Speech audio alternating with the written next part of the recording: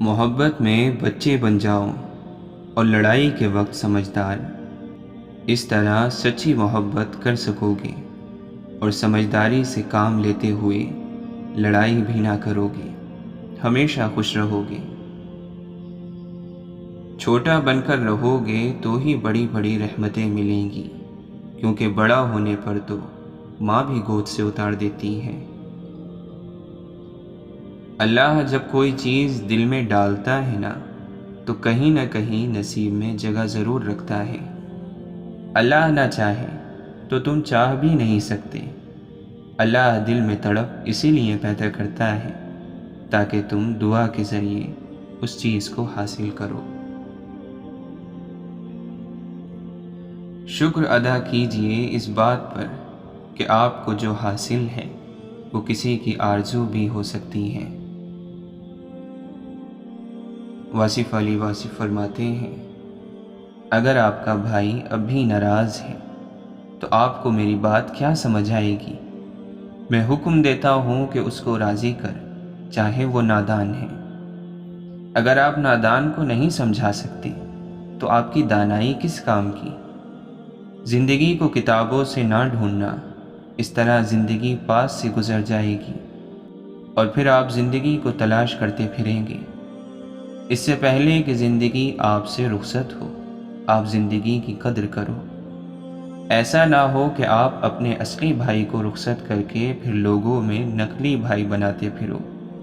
جو موجود ہے اس کی قدر کرو، ورنہ خلا پیدا ہو جائے گا، اور اگر انسانوں کی دنیا میں خلا پیدا ہو گیا تو وہاں پر توحید کام نہیں آئے گی۔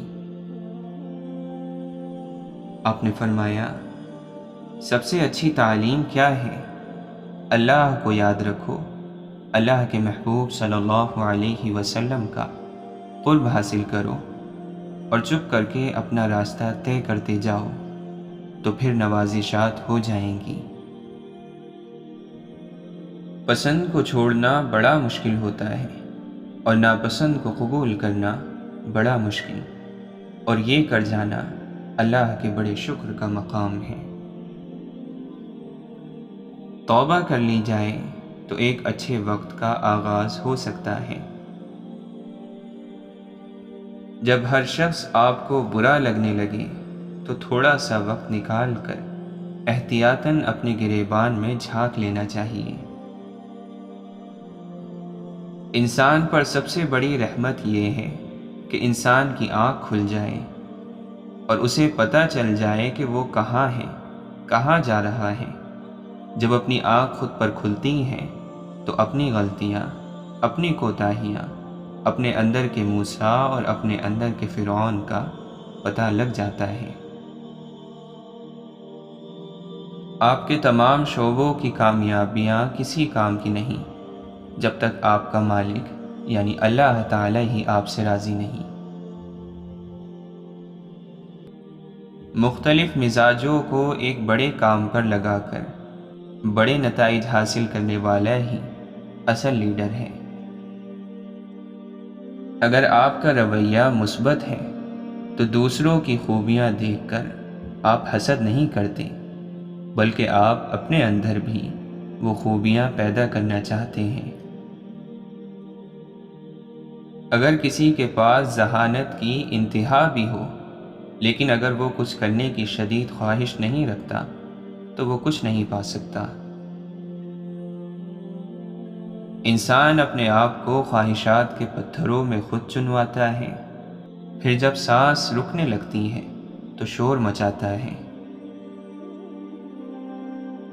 اللہ کو پانے اور جاننے کا طریقہ یہ ہے کہ اللہ کے محبوب صلی اللہ علیہ وسلم کے قریب ہو جاؤ۔ دل کا سکون اللہ کا قرب ہے، اور اللہ کے قرب کو پانے کا واحد ذریعہ سجدہ شکر ہے۔ رحمت اللہ کے نبی صلی اللہ علیہ وسلم کا قرب ہے، اور آپ کے قرب سے محروم انسان کو اس کے اعمال کی عبرت کے حوالے کر دیا جاتا ہے۔ آپ فرماتے ہیں، ہم خیال اگر ہم سفر ہو جائیں تو منزلیں آسان ہو جاتی ہیں۔ دل کا نرم اور موم ہونا اللہ کے قرب کی وجہ سے ہے۔ اللہ کا حصہ اللہ کو دیا جائے، دنیا کا حصہ دنیا کو دیا جائے، اور اپنا حصہ اپنے استعمال میں لایا جائے، یہ عبادت ہے۔ جو سزا کے انتظار میں ہے اس کی سزا شروع ہے، اور جو آدمی انعام کے انتظار میں ہے اس کا انعام شروع ہے۔ بدی کیا ہے؟ نیکی کا اپنی ہی بھوک اور پیاس کی تکلیف میں مبتلا ہونا۔ کس قدر اندھا ہے وہ شخص جو اپنی جیب سے تیرا دل خریدنا چاہتا ہے۔ محبت اور شک ایک دل میں جمع نہیں ہو سکتے۔ شکوہ کم اور شکر زیادہ کرو، زندگی آسان ہو جائے گی۔ خاموشی محبت کی جان نکال دیتی ہے۔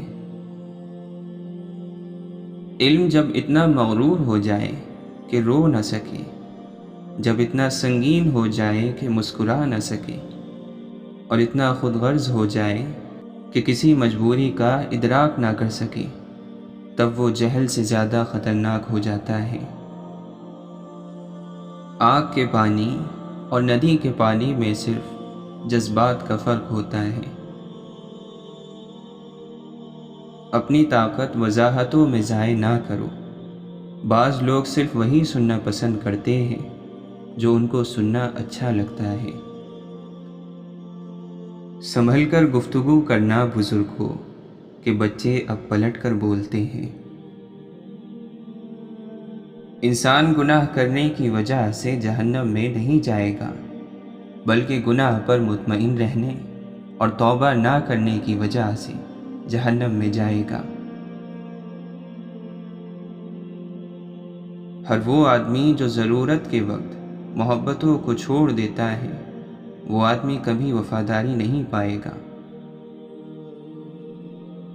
ہر بات کو غلط انداز میں سوچنا بیمار ذہنیت کی نشانی ہے۔ ایسے انسان کو اپنا محاسبہ کرنا چاہیے۔ اشفاق احمد فرماتے ہیں، کوئی بیوقوف شخص جب آپ سے کسی رائے کا طلبگار ہوتا ہے تو اس کی آرزو یہ ہوتی ہے کہ آپ اس کو وہی رائے دیں جو اس کے ذہن میں ہے۔ اگر کوئی درخت ٹیڑھا اگا ہوا ہو تو اس کا مطلب کسی نے اسے ابتدائی حالت میں سیدھا نہیں کیا۔ دوسروں کو بے عمل سمجھنا یہ بھی دل میں چھپا ایک تکبر ہے۔ واصف علی واصف فرماتے ہیں، اپنے دل کے دروازے پر دربان بن کر بیٹھو، سوچو کیا آ رہا ہے اور کیا جا رہا ہے۔ اگر دل میں رکھنے کے قابل ہے تو رکھو، اور اگر نہیں تو نکال دو۔ ہماری ساری عمر اپنی کم علمی اور نادانی کو چھپانے میں گزر جاتی ہے۔